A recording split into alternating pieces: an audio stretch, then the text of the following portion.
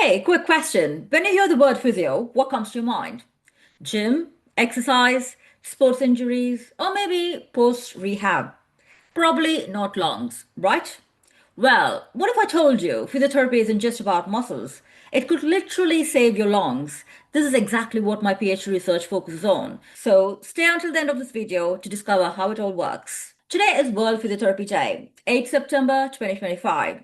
And it's the perfect time to uncover the side of physiotherapy most people don't see. Respiratory physiotherapy mostly happens in hospital or ICU, so it's kind of hidden in plain sight. While doctors and nurses get the spotlight, respiratory physios quietly work behind the scenes, focusing on internal organs instead of muscles and joints. But here's a cool twist. You don't just need physiotherapy for your muscles. Your lungs and even your mind benefit too. You're lucky, especially if your physiotherapy has a training in psychology and behavior change. And after COVID, this is more important than ever. The COVID pandemic created a huge demand for breathwork, not just for your lungs, but for stress, anxiety, and even depression. Breathing is unique because it's both physical and psychological function.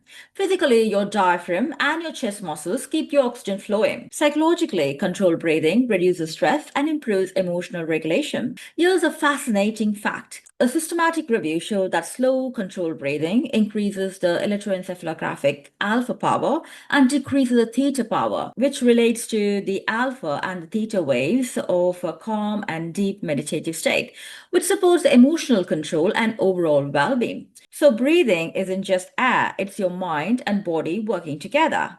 Did you know that people with chronic respiratory disease have high levels of anxiety? This isn't just feeling, it can trigger flare ups, hospital visits, and higher healthcare costs. Yet, many patients don't get the right psychological or behavioral support, partly because clinicians aren't trained in these techniques. This is where pulmonary rehabilitation comes into play, a gold standard non pharmacological treatment for people with chronic respiratory disease. And globally, it's primarily led by physiotherapists, and it varies according to the country's healthcare system and the politics in that country. So, coming back to pulmonary rehabilitation isn't just exercise. According to American Thoracic Society, ATS, and European Respiratory Society, ERS, 2013 clinical guideline statements have pointed out clearly pulmonary rehabilitation is a tailored program combining exercise, education, and behavior change to improve both the physical and psychological health for people with chronic respiratory disease. But here's a catch.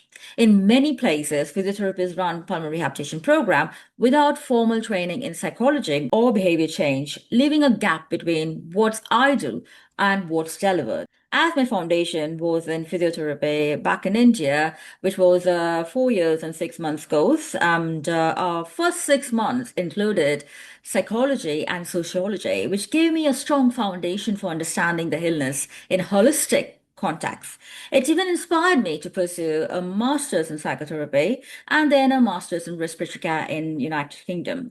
Now my PhD work completed focused on psychologically integrative pulmonary rehabilitation model that treats the whole person, not just their lungs. And in my next video, I'll show you exactly how this model works and practical techniques you can use at your home. Imagine breathing not just for oxygen, but for your mind, emotion, and behavior. So on this World Physiotherapy Day, remember, physiotherapy isn't just about muscles or injuries. It's about breathing, mind-body health, and holistic rehabilitation. If you want to learn more about chronic lung disease and integrative rehab, subscribe and hit the bell. You won't want to miss what's coming next. Until my next video, as usual, stay curious, stay healthy. Signing off, Devi Sundar.